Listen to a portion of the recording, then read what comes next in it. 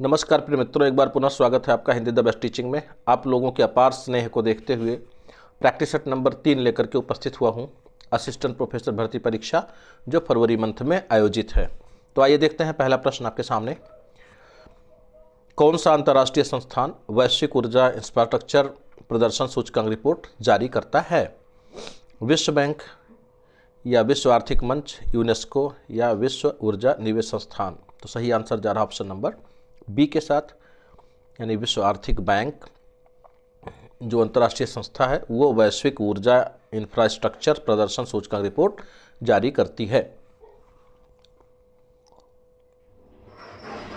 दूसरा प्रश्न, केंद्र सरकार ने किसे 22वें विधि आयोग का अध्यक्ष नियुक्त किया? बलबीर सिंह चौहान, देवेश सिन्हा, ऋतुराज पाटिल अवस्थी, अरविंद सिंह चौहान? तो सही आंसर जा रहा ऑप्शन नंबर सी के साथ, ऋतुराज अवस्थी 22वें विधि आयोग के अध्यक्ष हैं और ये कर्नाटका हाई कोर्ट के मुख्य न्यायाधीश थे। इनका कार्यकाल शुरू हुआ है 7 नवंबर 2022 तक से। तीसरा प्रश्न आपके सामने, यस अगेंस्ट ओट्स पुस्तक किसकी रचना है? साइना नेहवाल, सपना हो गया है, साइना पढ़ना है आपको, मैरी कॉम, पीवी संधू, सानिया मिर्जा? तो सही आंसर जाएगा ऑप्शन नंबर डी के साथ, सानिया मिर्जा। आपको पता ही है कि एक लड़की को थोड़ा सा भी जो अगेंस्ट होगी किसी के, तो उसके ऊपर क्या क्या लांछन लगाए जाएंगे, और ख़ास करके धार्मिक उलेमा जो होते हैं, धार्मिक पंडित होते हैं, उनसे बड़ी दिक्कतें होती हैं। तो उन्हीं की बुक है ये। देखते हैं चौथा प्रश्न, भारत के किस शहर को स्मार्ट बनाने में जर्मनी ने मदद करने की घोषणा की थी? मुंबई, भुवनेश्वर, रांची, पटना? सही आंसर ऑप्शन नंबर बी के साथ, भुवनेश्वर। और इसके साथ आपको याद रखना है कोच्चि भी और कोयम्बटूर को भी जर्मनी ने मदद करने की घोषणा करी थी स्मार्ट सिटी बनाने में। पांचवा प्रश्न, आदर्श शिक्षा निम्नलिखित में सहायक होती है? व्यक्ति की जीविका में, व्यक्ति की आत्मनिर्भरता में, व्यक्ति की प्रतिष्ठा में, या व्यक्ति को बुद्धिजीवी बनाने में? तो सही आंसर बड़ा ही टिपिकल है ये, सही आंसर जा रहा ऑप्शन नंबर बी के साथ, व्यक्ति की आत्मनिर्भरता में आदर्श शिक्षा सहायक होती है। छठा प्रश्न आपके सामने, अनुसंधान का मूल उद्देश्य है? चारों ऑप्शंस आपके सामने, थोड़ा सा टाइम ले लीजिए इस पे। अच्छी नौकरी के लिए पीएचडी की उपाधि प्राप्त करना, अपनी योग्यता सुधारने के लिए शोध पत्र प्रकाशित करना, नए ज्ञान की उत्पत्ति तथा वर्तमान ज्ञान का अर्थांतरण करना, या किसी विषय में अध्ययन कर ज्ञान का सारांश लिखना? Correct answer is going to option number C, यानी अनुसंधान का जो मूल उद्देश्य होता है नए ज्ञान की उत्पत्ति तथा वर्तमान ज्ञान का अर्थांतरण करना। सातवां प्रश्न, ऐसे चर जिनका संबंध अनुसंधान से नहीं होता किंतु वह आश्रित चर को प्रभावित कर सकते हैं? यहाँ पे चार हो गए, आपको चर समझना है इसको। आश्रित चर को प्रभावित कर सकते हैं, उन्हें कौन सा चर कहते हैं? चारों ऑप्शन आपके सामने, सही आंसर जा रहा ऑप्शन नंबर बी के साथ, बाह्य चर कहते हैं उन्हें जो आश्रित चर को प्रभावित कर सकते हैं। आठवां प्रश्न आपके सामने, संगठनात्मक ढांचे के आधार पर विश्वविद्यालयों को वर्गीकृत किया जा सकता है, यानी आवासीय एवं संबद्धक विद्यालयों में, या केंद्र शासित एवं राज्य शासित विश्वविद्यालयों में, या एकात्मक शिक्षण विश्वविद्यालय या संघात्मक विश्वविद्यालय में, या उपर्युक्त में से कोई नहीं?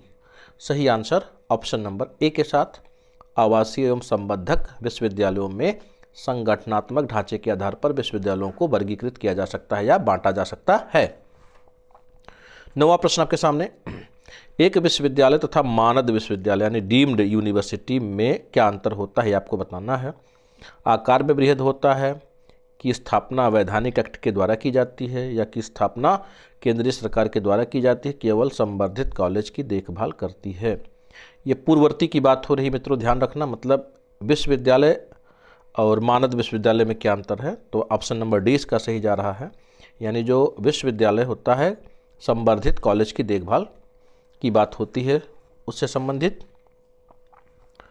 10वां प्रश्न आपके सामने, पब्लिक के रेडियो मोबाइल ट्रैकिंग सेवा की शुरुआत कब हुई? 10 नवंबर 2011 ऑप्शन नंबर ए कह रहा है, बी 6 दिसंबर 2002, सी 1 नवंबर 2001 और डी 7 सितंबर 2003? सही आंसर ऑप्शन नंबर सी के साथ 1 नवंबर 2001 को पब्लिक के रेडियो मोबाइल ट्रैकिंग सेवा की शुरुआत हुई थी। 11वां प्रश्न आपके सामने, निम्न में से नए इंटरनेट प्रोटोकॉल वर्जन 6 का आरंभ कब हुआ? थोड़ा सा पुराना क्वेश्चन है मित्रों, लेकिन चूँकि ICT से है तो ये क्वेश्चन आ भी सकता है। मार्च 26, 2013 इसका उत्तर हो जाएगा, यानी ऑप्शन नंबर बी सही है। मित्रों एक चीज़ ध्यान दें कि प्रश्न बहुत छोटे छोटे हैं लेकिन इम्पॉर्टेंट है। आप प्रीवियस ईयर के जब क्वेश्चन पेपर को मिला करके चेक करेंगे तो पता चलेगा कि ये काफ़ी प्रासंगिक क्वेश्चन इसमें है, भले ही छोटे हैं। और क्षमा चाहते हैं कि इंग्लिश में ट्रांसलेट करके बनाना थोड़ा सा टफ होता है, तो ये वाला प्रैक्टिस सेट आपका ऐसे ही चल रहा है। अगले प्रैक्टिस सेट में कोशिश करेंगे कि हिंदी और इंग्लिश दोनों साथ साथ हों। 12वां प्रश्न आपके सामने, निम्न में से कंप्यूटर माउस के जनक हैं? डगलस एंजलबर्ट, क्रिस्टीन लेगाई, चार्ल्स ट्रेसर, शरद फोंसेका। सही आंसर ऑप्शन नंबर ए के साथ डगलस एंजलबर्ट कंप्यूटर माउस के जनक हैं। आइए देखते हैं 13वां नंबर प्रश्न, भारत में प्रोजेक्ट टाइगर की शुरुआत कब हुई? यानी आपको सन बताना है, 1973, 82, 1992, 1996। सही आंसर ऑप्शन नंबर ए 1973। बड़ा ही आसान प्रश्न है लेकिन बार बार परीक्षाओं में पूछा जाता है। 14वां प्रश्न आपके सामने, निम्न में से किस राज्य में गल्फ ऑफ मन्नार मरीन राष्ट्रीय पार्क स्थित है? गुजरात, तमिलनाडु, अंडमान द्वीप या पश्चिम बंगाल। सही आंसर ऑप्शन नंबर बी के साथ जाएगा, तमिलनाडु में गल्फ ऑफ मन्नार मैरीन राष्ट्रीय पार्क स्थित है। 15वां प्रश्न आपके सामने, ये थोड़ा सा इसमें लोचा हो गया हम कह सकते हैं बनाने में, लेकिन फिर भी बता रहा हूँ, उसके अनुसार आप इस प्रश्न को देख लीजिए कि निम्नलिखित को काला अनुक्रमिक रूप में रखें, यानी सबसे पहले कौन सा पारित हुआ था, इस हिसाब से इसको आपको देखना है। तो पहला आपका है Indian penal code, code of civil procedure B, C criminal procedure code और पुलिस एक्ट। तो सही आंसर अगर इसमें देखा जाए कि इसको प्रश्न को अगर बना दिया जाए कि सबसे पहले इसमें से कौन सा पारित हुआ था, तो सही आंसर आपका जाएगा ऑप्शन नंबर ए के साथ, इंडियन पेनल कोड के साथ। लेकिन अब यहाँ पे चूँकि कूट में दिया नहीं गया है तो आप इसको समझ लें एक बार कि इंडियन पेनल कोड 1860 में पारित हुआ था। दूसरे नंबर पे आपका जाएगा डी, यानी पुलिस एक्ट 1861 में पास हुआ था। तीसरे नंबर पे आपका बी ऑप्शन जाएगा, कोड ऑफ सिविल प्रोसीजर 1908 ईस्वी में पारित हुआ था। और अगर हम बात करें क्रिमिनल प्रोसीजर कोड तो ये 1973 में पारित हुआ था। तो इस हिसाब से अगर कूट की बात करें तो ए, डी, बी और सी इसका ऑप्शन हो जाएगा। देखते हैं 16वां प्रश्न आपके सामने, 17वीं शताब्दी में भारत में सर्वाधिक निर्यात होने वाली वस्तु कौन सी थी? गरम मसाला, सूती वस्त्र, नील या सौरा। तो सही आंसर जाएगा ऑप्शन नंबर बी के साथ, सूती वस्त्र 17वीं शताब्दी में भारत में सर्वाधिक निर्यात होने वाली वस्तु थी। 17वां प्रश्न आपके सामने, कौन सी देशी रियासत गांधी जी के अनुसार रामराज्य के समतुल्य रही? बड़ा ही अच्छा प्रश्न है मित्रों। बड़ौदा, ग्वालियर, मैसूर, पटियाली। सही आंसर ऑप्शन नंबर ए, बड़ौदा देशी रियासत जो थी वो गांधी जी के अनुसार रामराज्य के रूप में थी। 18वां प्रश्न आपके सामने, किसने सर्वप्रथम सूत्रबद्ध मत व्यक्त किया कि भारत में ब्रिटिश उपनिवेशवाद में 3 अवस्थाएं अर्थात वाणिज्यवाद, स्वतंत्र व्यापार और वाणिज्य पूंजीवाद और वित्त साम्राज्यवाद थी? दादा भाई नौरोजी, RC दत्त, RP दत्त या कार्ल मार्क्स। सही आंसर ऑप्शन नंबर ए के साथ जाएगा, दादा भाई नौरोजी इस मत को व्यक्त करने वाले थे। 19वां प्रश्न आपके सामने, दक्षिण भारत की सबसे ऊंची चोटी है अन्नामुडी, कहीं कहीं अन्नामलाई भी लिखा मिलेगा आपको, फिर दोदा बेट्टा, अमरकंटक, महेंद्रगिरी। तो right answer is going to option number A, दक्षिण भारत की सबसे ऊंची चोटी अन्नाई मुड़ी है। 20वां प्रश्न आपके सामने, भारत की तट रेखा की कुल लंबाई लगभग, यहाँ लगभग में दिया गया, एग्जैक्ट नहीं दिया गया है, ध्यान रखेंगे। तो 3500 मीटर, बी कह रहा है ऑप्शन 800 किलोमीटर और सी 6000 किलोमीटर और डी 7500 किलोमीटर। सही आंसर ऑप्शन नंबर डी के साथ, लगभग की बात है तो 7500 किलोमीटर पे हम टिक लगाएंगे भारत के तटरेखा की कुल लंबाई के मामले में। 21वां प्रश्न आपके सामने, प्राचीन भारतीय ऐतिहासिक भूगोल में रत्नाकर नामक सूचक था, यानी प्राचीन भारतीय ऐतिहासिक भूगोल में रत्नाकर किसको कहा जाता था? चारों ऑप्शन आपके सामने, अरब सागर, बंगाल की खाड़ी, हिंद महासागर, प्रयाग में गंगा यमुना और पौराणिक नदी सरस्वती के संगम को। सही आंसर ऑप्शन नंबर सी के साथ हिंद महासागर का सूचक नाम रत्नाकर था भारतीय ऐतिहासिक भूगोल में प्राचीन समय में। 22वां प्रश्न आपके सामने, अंडमान निकोबार द्वीप समूह में द्वीपों की संख्या कितनी है आपको बताना है। 200, 240, 220, 250। सही आंसर ऑप्शन नंबर सी के साथ 220 कुल द्वीप हैं अंडमान निकोबार में। मित्रों, आपको कमेंट बॉक्स के माध्यम से ये बताना है कि इसमें कितने द्वीपों पर मानव आबादी रहती है। 23 नंबर प्रश्न, वर्ष 1936 में भारतीय राष्ट्रीय कांग्रेस द्वारा संविधान सभा के गठन की मांग कहां पर हुए अधिवेशन में रखी गई। कानपुर, मुंबई, फैजपुर, लाहौर। सही आंसर ऑप्शन नंबर सी के साथ फैजपुर वो जगह थी जहां 1936 में भारतीय राष्ट्रीय कांग्रेस द्वारा संविधान सभा के गठन की मांग रखी गई थी। 24वां प्रश्न आपके सामने, मौलिक अधिकारों में कौन सी बात की स्वतंत्रता नहीं है। हड़ताल करने की आज़ादी, विचार व्यक्त करने की आज़ादी, शांतिपूर्वक प्रदर्शन करने की आज़ादी या धरना देने की आज़ादी। बड़ा ही अच्छा प्रश्न है, आसान सा है। ऑप्शन नंबर ए इसका सही जाएगा, यानी मौलिक अधिकार में आपको हड़ताल करने की आज़ादी नहीं दी गई है। बाकी तीनों आप कर सकते हैं, यानी विचार भी व्यक्त कर सकते हैं, शांतिपूर्वक प्रदर्शन भी कर सकते हैं और धरना भी दे सकते हैं। 25 नंबर प्रश्न आपके सामने, भारतीय संविधान में समानता का अधिकार 5 अनुच्छेदों द्वारा प्रदान किया गया है। ये कौन कौन से अनुच्छेद हैं, कहाँ से लेके कहाँ तक हैं आपको बताना है।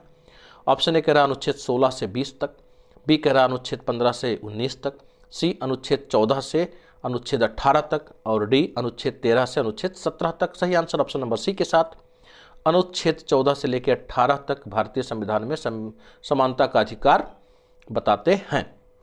26 नंबर प्रश्न आपके सामने, निम्नलिखित में से किसने भारत के उपराष्ट्रपति का पद संभाला है। मोहम्मद हिदायतुल्लाह, फखरुद्दीन अली अहमद, नीलम संजीव रेड्डी, शंकर दयाल शर्मा। तो कूट दिया गया है इसमें, तो सही आंसर जाएगा ऑप्शन नंबर बी के साथ, यानी 1 और 4 इसमें सही है। मोहम्मद हिदायतुल्लाह और शंकर दयाल शर्मा भारत के उपराष्ट्रपति का भी पद संभाले हैं। 27 नंबर प्रश्न, वित्तीय आपातकाल के समय राष्ट्रपति द्वारा कौन से कदम उठाए जा सकते हैं। केंद्र तथा राज्य सरकारों को उचित वित्तीय अनुशासन का पालन करने का आदेश, नागरिकों के मौलिक अधिकारों का निलंबन, 3 लोक सेवकों के वेतन व भत्तों में कटौती का आदेश, सर्वोच्च न्यायालय तथा उच्च न्यायालय के न्यायाधीशों के वेतन में कटौती का आदेश। कूट 1 कह रहा कि 1, 3 और 4 सही है, बी 1, 2, 4 की बात कर रहा है, सी 2, 3 और 4 की बात कर रहा है, डी 1, 2 और 3 की बात कर रहा है। तो मित्रों, इसमें ऑप्शन नंबर अगर हम 2 की बात छोड़ दें, यानी नागरिकों के मौलिक अधिकार का निलंबन छोड़ दें, तो बाकी तीनों सही, यानी ऑप्शन नंबर ए इसका सही जा रहा है। आपातकाल के समय राष्ट्रपति सब कुछ कदम उठा सकता है, लेकिन नागरिकों के मौलिक अधिकारों के निलंबन की बात नहीं करता। 28 नंबर प्रश्न, भारत निर्माण में शामिल है, यह भी कूट वाला क्वेश्चन है। अतिरिक्त 1 करोड़ हेक्टेयर सुनिश्चित सिंचाई के अंतर्गत लाना, उन सभी गांवों जिनकी आबादी 2000 से अधिक है को सड़क मार्ग से जोड़ना, शेष सभी गांवों को दूरभाष से जोड़ना। तो सही आंसर जाएगा ऑप्शन नंबर बी के साथ 1 और 3 इसमें सही है, यानी अतिरिक्त 1 करोड़ हेक्टेयर सुनिश्चित सिंचाई के अंतर्गत लाना और फिर शेष सभी गांवों को दूरभाष से जोड़ना। 29 नंबर प्रश्न आपके सामने, भारतीय रिजर्व बैंक द्वारा CRR में वृद्धि से, यानी जब CRR में वृद्धि होती है तो क्या होता है। ऑप्शन ए कह रहा सरकार के ऋण में कमी आती है, बी अर्थव्यवस्था में मौद्रिक तरलता में कमी आती है, सी देश में आर्थिक विदेशी प्रत्यक्ष पूंजी निवेश आता है और डी वांछित क्षेत्रों में ऋण प्रवाह बढ़ता है। तो ऑप्शन नंबर बी इसका सही है, यानी जब भारतीय रिजर्व बैंक द्वारा CRR में वृद्धि होगी तो अर्थव्यवस्था में मौद्रिक तरलता में कमी आती है। 30 नंबर प्रश्न आपके सामने, भारत में 5G सेवा की शुरुआत कब हुई।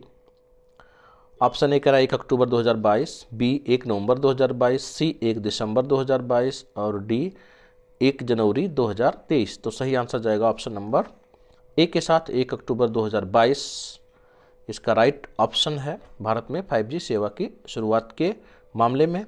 तो ये रहे आपके 30 के 30 क्वेश्चन। कितने क्वेश्चंस आपके सही जा रहे हैं मित्रों, कमेंट बॉक्स के माध्यम से आप ज़रूर अवगत कराएं। वीडियो देखने के लिए धन्यवाद।